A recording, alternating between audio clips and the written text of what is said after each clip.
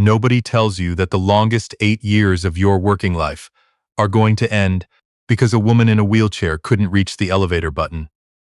There's no manual for that. No performance review category that says demonstrated basic human decency when nobody with authority was watching. No column in any HR spreadsheet that captures the moment a stranger looks at you, like you just handed them something they'd given up expecting from people.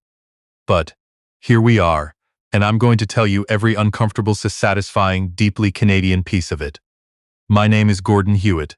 I'm 58 years old, and I live in Oakville, Ontario, with my wife Elaine and our youngest, who is 19 and still somehow loses his debit card on a monthly basis. I spent 8 years at a mid-sized logistics and supply chain consultancy called Northbridge Meridian, which sounds like a law firm and operates with roughly the warmth of one. I was a senior operations coordinator for all 8 of those years. Not senior operations manager, not director, coordinator.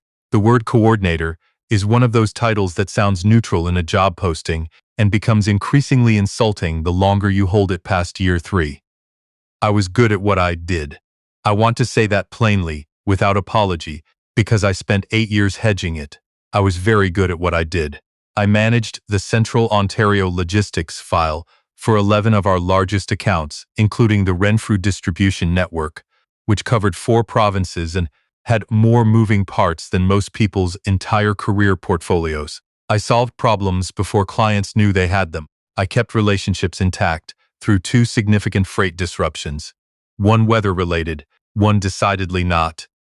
And I did it while my direct supervisor took the credit with the easy confidence of a man who had confused proximity to work with the work itself.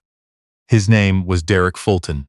Derek was 46, loud in the particular way of someone who had learned early that volume is often mistaken for competence. He'd been my supervisor for the last 5 of my 8 years at Northbridge Meridian, and he had a specific talent I'd never encountered before. He could take your accomplishment, sand off your name, apply a light coat of his own initiative, and present it to senior leadership so smoothly you'd almost doubt your own recollection. I did not doubt my recollection. In 2020, the Renfrew file nearly collapsed. I won't get into the details of the supplier dispute that caused it, but I will tell you that I spent 11 days working 7 to 11, that my wife Elaine drove out to the Mississauga office twice with a thermos and a container of rice and lentils because I was too buried to go home for dinner, and that I personally renegotiated a freight terms agreement with a carrier out of Brampton that saved the client roughly $680,000 in annual overhead. The client renewed. 3-year contract extension. When it was announced at the quarterly all-hands, Derek stood at the front of the room and said, "This is what it looks like when a team comes together." I was in the 4th row. I clapped, because that is what you do when you still believe, somewhere beneath the professional composure and the careful breathing, that the system is eventually going to do its job. It didn't. The conversation that finally broke the quiet came in February. The kind of February that makes you question why anyone chose to build a civilization this far north. Gray sky, 2 feet of snow that had turned into 6 inches of gray ice, and the particular dreariness of a Tuesday that has decided it is not going to redeem itself at any point. Derek was in his office going through something on his second monitor with the focused look of a man who would very much prefer not to be interrupted. I knocked anyway. "Got a minute?" "Sure." He didn't look up. I sat down across from him. I had thought about this for approximately 3 months. I had even written a few talking points on a post-it and then stuffed it in my jacket pocket and then thought better of it and put it back in my jacket pocket and then left the jacket at home. "I want to talk about where I'm at here," I said. 8 years. My files are clean. My client retention is 100%.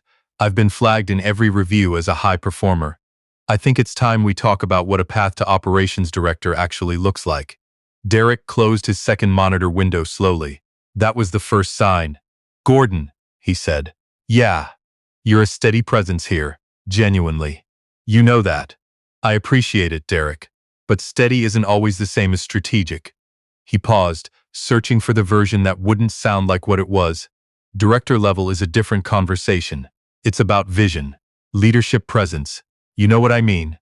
I've Managed the Renfrew file alone for 4 years, I said. I've built the carrier relationship from the ground up. I've coordinated cross-provincial logistics across 4 accounts simultaneously and come in under the operating budget every year since 2019. Right, right. The nod that meant he'd heard none of it. So I'm wondering what the actual criteria are, I said carefully. What does director level look like to you? Because I'd like to work toward it. Derek leaned back, and then he said the thing. Look, Gordon, you want me to be honest with you? Please. You should feel good about what you have here, he said. The Toronto market right now. I get CVs every week from people who would take your file, your clients, your portfolio, and do it for 20% less without blinking. That's just the reality. I think sometimes we lose perspective on what we're working with. The room went quiet in a specific way, the particular quiet of something being said that cannot be unsaid. I looked at Derek Fulton for a long moment. I thought about the thermos of soup Elaine had driven 40 minutes in January snow to hand me through a lobby door. I thought about 3 years of renewals. I thought about the quarterly all-hands in the 4th row. Thanks, I said. I appreciate the honesty. I walked back to my desk. I opened the Renfrew file, and somewhere very deep beneath the professional calm and the steady breathing, something went cold. Not angry. Cold. There's a difference. Anger wants to do something immediately. Cold is patient. Cold waits. I didn't know yet how long it would wait, or what it was waiting for. The morning it ended started the way all significant mornings do, which is to say it started badly, with something small and stupid going wrong. My son Ryan had borrowed my parking pass. Not the car, just the parking pass. He'd taken it from the little tray on the kitchen counter, used it for whatever 17-year-old logic had applied, and put it somewhere that was not the kitchen counter, which is how I ended up running 11 minutes late to the Northbridge Meridian offices in downtown Oakville, found a metered spot 2 blocks away. Spent 4 minutes finding exact change in my coat pocket, and pushed through the lobby doors at 8:17 with the specific energy of a man who has already lost a small argument with his own household before 9 in the morning. The lobby of 240 Lakeshore was one of those corporate atrium spaces. High ceilings, a security desk, a wall of frosted glass with the building directory etched on it, 2 elevators, and a seating area near the window with those architectural chairs that buildings put in to signal. That comfort is a value, while doing the minimum possible to provide it. She was in one of those chairs, or rather, beside one of those chairs, because she was in a wheelchair, positioned at a slight angle near the elevator bank, with a leather tote bag on her lap and her eyes moving around the lobby with the measured patience of someone who had been here long enough to have stopped expecting anything in particular. She was somewhere in her late 60s, I'd guess. Well-dressed. The kind of put together that takes effort and doesn't advertise it. A dark coat, good scarf, reading glasses folded and hooked over the top of her bag. She was looking at the elevator buttons.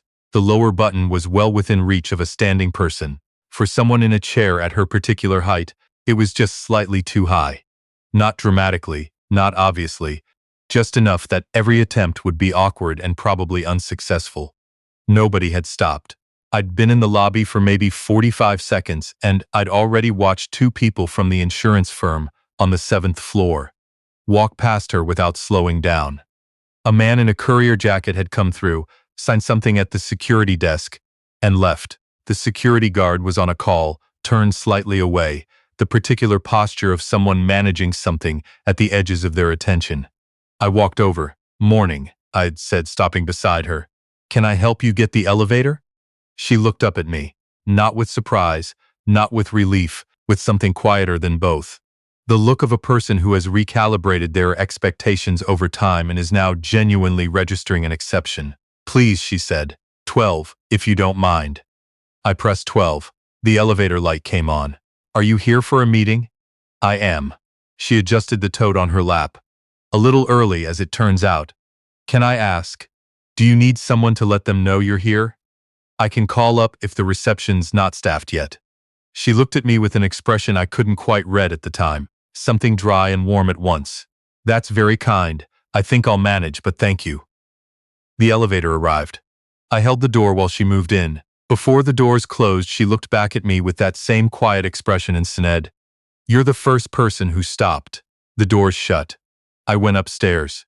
I had a carrier call at 8:30 and a reconciliation to finish before noon. That's what I was thinking about. The name hit me at lunch.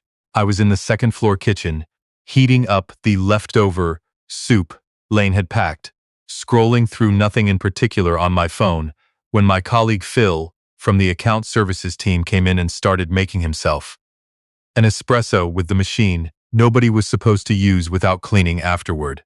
"Did you hear there's someone from the Meridian Holdings board in the building today?" he said, not especially directed at me. "No," I said.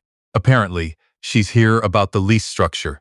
They own the top 3 floors of this building outright." He pressed the espresso button. "Old money, family business originally. Her husband started it. Commercial real estate and logistics infrastructure, mostly. She took over the board seat when he retired about 6 years ago. Been coming to Oakville once a quarter ever since, except last year because of her hip." He paused. "Beverly Alderman." I stopped stirring my soup. The leather tote. The careful way she'd been watching the lobby. The wheelchair. Beverly Alderman. Northbridge Meridian's office lease, along with 3 other floors in that building, was held through a property subsidiary of Alderman Holdings. I knew this because I had processed a lease-adjacent logistics arrangement 2 years prior and had seen the parent company name at the top of the paperwork. Alderman Holdings. The family that, among other things, had a significant stake in 2 of the freight infrastructure providers we used as preferred carriers. "Phil," I said. "Yeah, the woman from the board. Does she use a wheelchair?" He looked at me. "I think so, yeah. Why?" "No reason," I said. "Just thought I might have seen her come in." I sat with that for a very specific amount of time. Then I finished my soup, rinsed the container, and went back to my desk. I opened the Renfrew file. I did not say anything to anyone, but something that had been very still for a very long time had just quietly started to move. I told Elaine that evening. After dinner, after Ryan had disappeared into his room with the particular efficiency of a teenager who has correctly sensed that adult conversation is about to happen. I sat across from her at the kitchen table with a cup of tea I didn't really need and told her the whole thing. Elaine is 55. She's a physiotherapist with a practice in Burlington, and she has the listening quality of someone who spends her days reading what people's bodies are actually saying versus what they think they're saying. She waited until I was done before she said anything. "Beverly Alderman," she said. "Yeah. And you just helped her to the elevator." I pressed the button for her. While 11 minutes late, I'd already lost the time. What was another 30 seconds? Elaine wrapped both hands around her mug in the way she does when she's thinking rather than responding. "How do you feel about it?" "I feel like I'm trying not to make it into something it might not be," I said. Honestly, she looked at me. "Gordon?" "What?" "You have been managing that Renfrew file since 2019. You have been in the same title since 2016. Derek told you to feel grateful for the privilege of being underpaid." She set her mug down. "Don't shrink this. I'm not. You are. You've been shrinking things for years so they hurt less when nothing comes of them. I've watched you do it." She looked at me steadily. "Don't do it this time." There was a long pause. "Okay," I said. "Good." She picked her mug back up. "And when it does come through, and Gordon, I think it's going to come through, I want Derek Fulton to have to explain himself to someone with a leather tote bag and a building full of freight infrastructure." I didn't say anything to that. But I didn't disagree either. The call came the following Thursday at 9:10. Not from Derek. Not from HR. From the building's 12th floor reception, through the Northbridge Meridian main line routed to my extension. A woman named Carolyn asked if I was Gordon Hewitt from operations and if I was available to come upstairs for a brief conversation at 10:30. My heart did something unprofessional. I kept my voice completely level. "Absolutely, I'll be there." I stood up. I straightened my jacket. The good navy one, which I had worn that day entirely by coincidence, or so I told myself.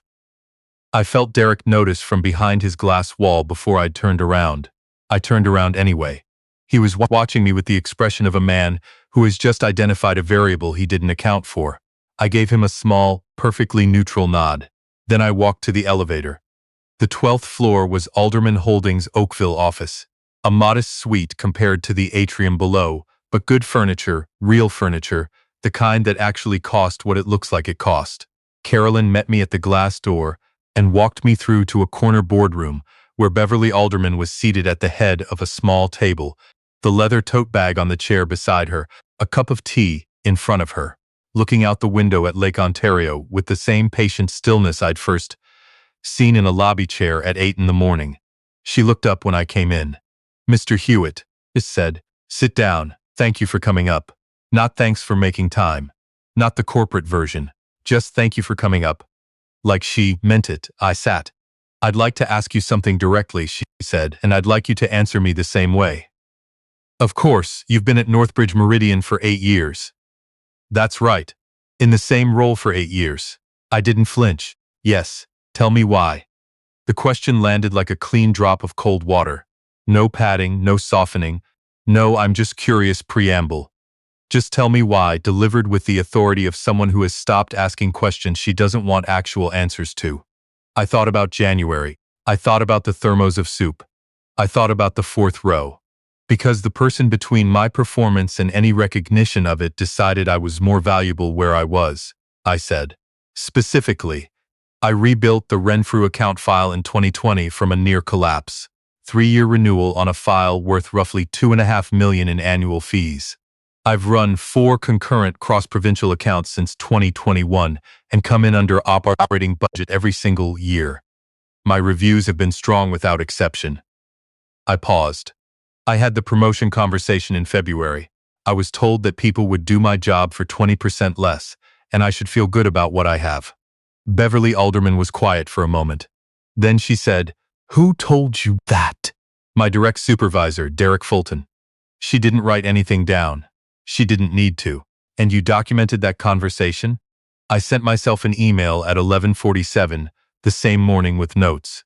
Time-stamped. Something moved through her expression, not surprise, recognition. "I'm going to tell you something," she said. "I had a conversation 2 days ago with the CEO of Northbridge Meridian, which is a conversation I have once a quarter, as part of our lease and partnership arrangement." I mentioned the lobby. He was unaware I'd been waiting. He was, to his credit, appropriately embarrassed. She looked at me carefully. "He asked how I knew your name." I told him I'd looked at the building directory and cross-referenced it with the operations floor. He didn't quite believe me. The corner of her mouth moved. He was right not to. I said nothing. "Your personnel file was provided to me this morning," she said, "at my request. I want to be clear that what I found was not what I was looking for. I was looking for confirmation of what I'd already assessed. What I found instead was a documentation of sustained, exceptional work that was systematically attributed upward and never converted into advancement. That is not a performance problem." She set her tea down. "That is a structural problem. And it is also, frankly, a waste." I held very still. "Alderman Holdings has a logistics and supply chain consulting subsidiary," she said. "Alderman Meridian Solutions. You may have seen the name on carrier paperwork. We operate independently of Northbridge, but draw on the same infrastructure partnerships. I've been looking for a director of operations for that subsidiary for 14 months. I've interviewed 11 candidates." She looked at me steadily. "I'd like to offer you the position. I had a very specific experience in that moment, where my exterior did one thing and everything behind it did something else entirely." "Can I ask you something?" I said. "Please." "Is this because of the elevator? Because of what I did in the lobby?" I needed to ask it. I needed it to be real, and not charity, and not a kindness extended because she'd felt sorry for me waiting in line. Beverly looked at me for a long, deliberate moment. "You showed me where to look," she said. "What I found when I looked was the reason. Those aren't the same thing." She paused. "You earned this 4 years ago, Mr. Hewitt. I'm sure it took a lobby to point me at it." The quiet in the room had a different weight than the quiet in Derek's office in February.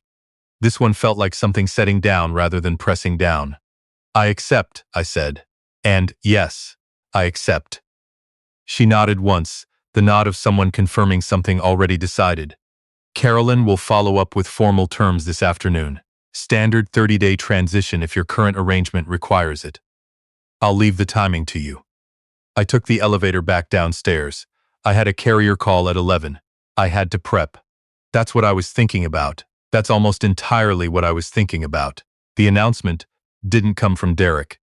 It came from Northbridge Meridian's managing director, Stewart, in the form of a brief email to the full operations team at 2:45, confirming that Gordon Hewitt would be transitioning out of his senior coordinator role effective end of month to take a director-level position with a strategic partner organization. I know the exact time because I was at my desk reviewing Q1 carrier projections when my inbox lit up with the CC.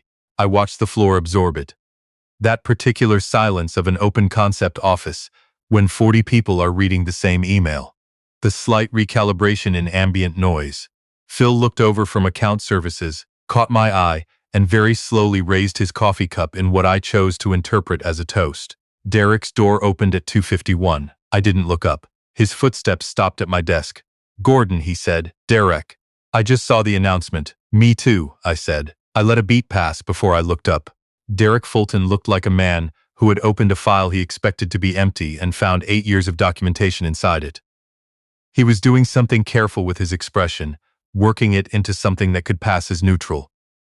"Alderman Meridian Solutions," he said. "Director of Operations."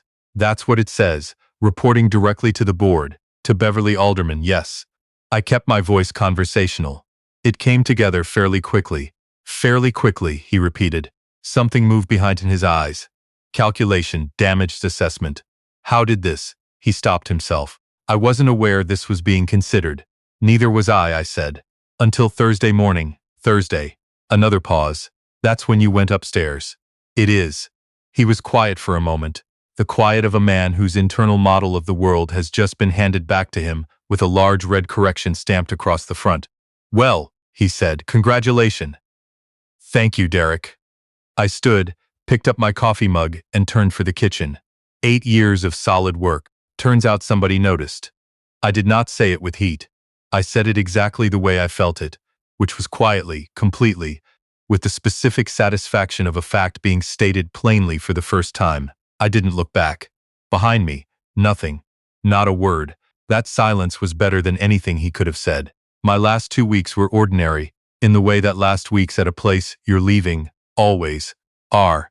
Slightly outside the normal rhythm of things, but still the work, still the calls, still the Renfrew projections that I documented thoroughly enough to hand to whoever came after me.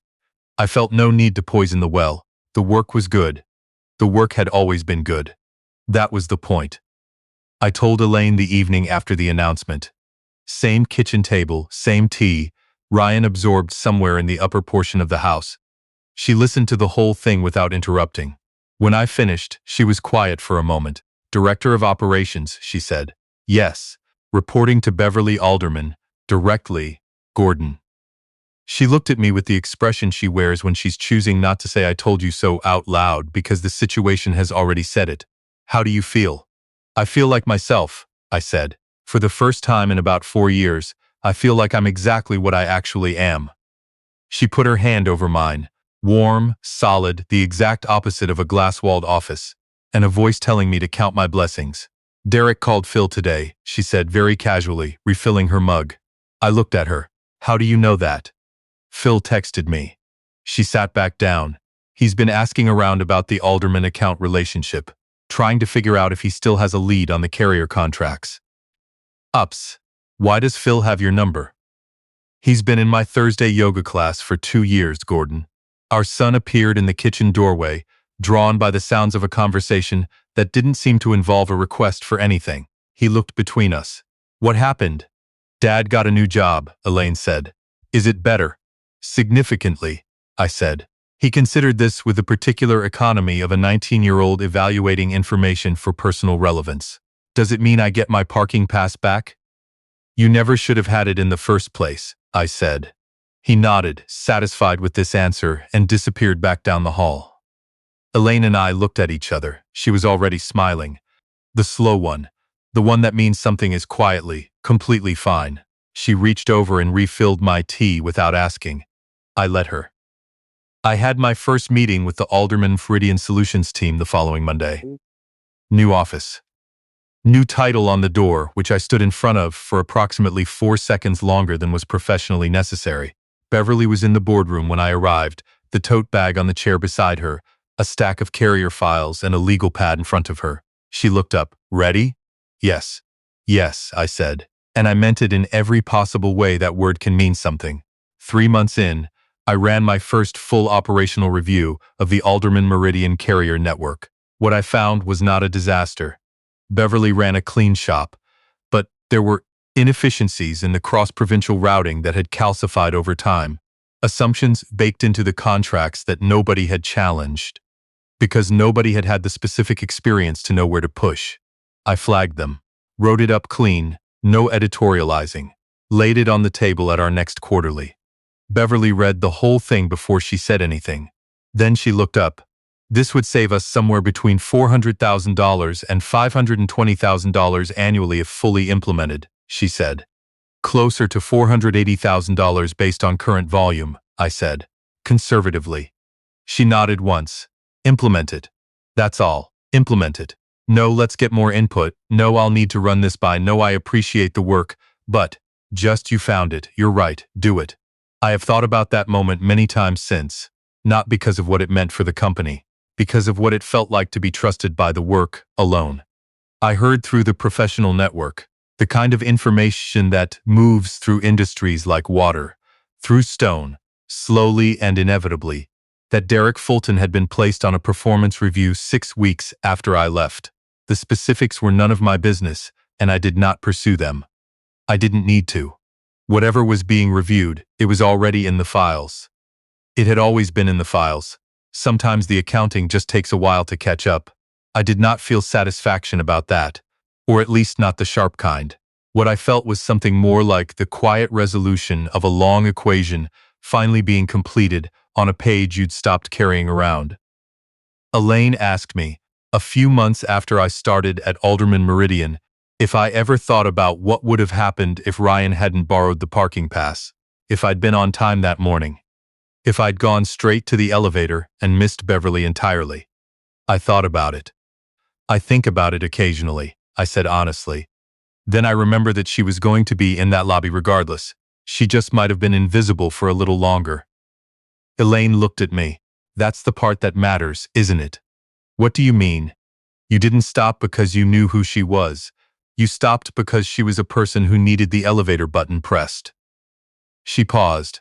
That's the only reason it worked? She was right. I know she was right. I've turned it over enough times to be certain. Beverly didn't put me in front of those carrier files because I pressed a button for her. She did it because when she looked at what 8 years of pressing buttons for other people had actually produced, work, real work, documented, and measurable and quietly significant, she recognized something she'd built her whole professional life on recognizing. People who do the right thing when nobody important is watching. The elevator lobby at 240 Lakeshore has a new accessibility call button now, lower on the panel, right height for a seated person. I noticed it the last time I was in the building for a client meeting. Don't know if Beverly had anything to do with it. Didn't ask. Some things just quietly get fixed because the right person finally sees them. Ryan found the parking pass, by the way. It was in his ski jacket, which he had to excavate from the back of the closet in March, when we went up to Blue Mountain for the weekend. He handed it back with the particular expression of a young person who knows better than to explain themselves. I let him keep it. He drives me in on Tuesdays now. I like the extra 10 minutes in the passenger seat. Elaine says it's because I've stopped rushing. She might be right about that too.